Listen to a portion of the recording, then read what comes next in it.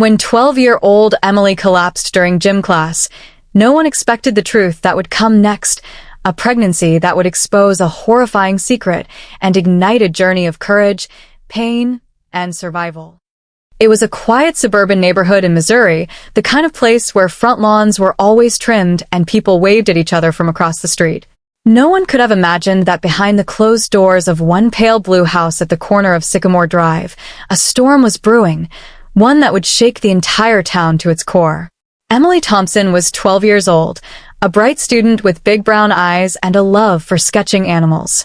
She lived with her mother, Karen, a hardworking nurse, and her stepfather, Rick, a man who smiled too much but never seemed sincere.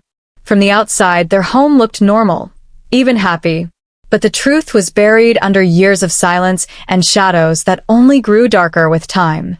Emily had always been quiet, but over the last year, she became even more withdrawn. She stopped going to her art club, avoided eye contact in school, and barely spoke at dinner. Karen thought it was just puberty or stress from school, especially since Emily had started middle school recently. She told herself it was normal, kids changed. They became moody, distant. It would pass. But then something happened that no one could ignore. It was a hot day in late August when Emily collapsed during gym class. Her PE teacher, alarmed by her pale face and heavy breathing, called the school nurse, who then called an ambulance. At the hospital, the doctors ran tests, assuming dehydration or anemia. But when the results came in, everyone froze. Emily was pregnant. 12 years old. 12. The news spread like wildfire. The hospital had to notify Child Protective Services. The school staff were in shock. Karen sat beside her daughter in the emergency room, her heart pounding, her mind refusing to accept what the doctors were saying.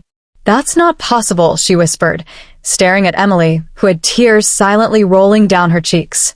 "Emily, baby, who did this to you?" Emily didn't answer. She just looked away. Detectives got involved. Social workers came.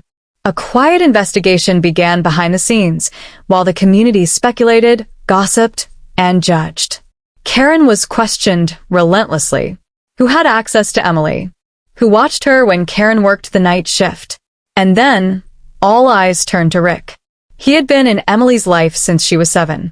He had helped her with homework, driven her to school, made pancakes on Sundays. But behind closed doors, Emily had begun to dread the sound of his footsteps in the hallway at night. He had taken something from her that no child should ever lose: her safety, her voice, her innocence. When the truth came out, it hit Karen like a train. Emily finally broke down and told the detective everything. About the nights when she'd pretend to be asleep. About the threats. About how scared she was to say anything, because he said no one would believe her. That it would destroy the family. Rick was arrested within hours. The charges were severe: statutory rape, child abuse, coercion. The media caught wind of the story. News vans parked outside their house. The neighbors stopped waving. People whispered in grocery stores. But amidst all the chaos, something unexpected happened. Emily, fragile and afraid, began to find her voice. In therapy sessions, she started sketching again. Animals at first: a wounded fox, a bird with broken wings. Then she began drawing people. A girl standing alone in the rain. A girl with a shield. A girl with a crown. She decided to keep the baby. It wasn't an easy decision.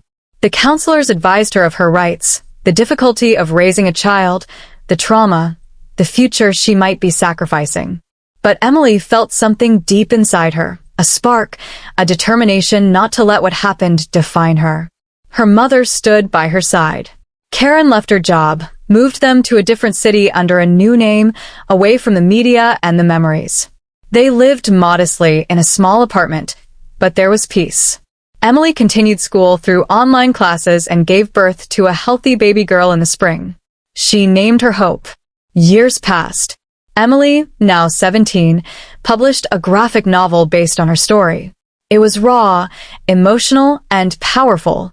It didn't hide the pain, but it didn't glorify it either. It was a message to other girls like her. You are not broken. You are not alone. You are stronger than the world ever told you. The book went viral. She was invited to speak at schools, youth centers, and women's shelters.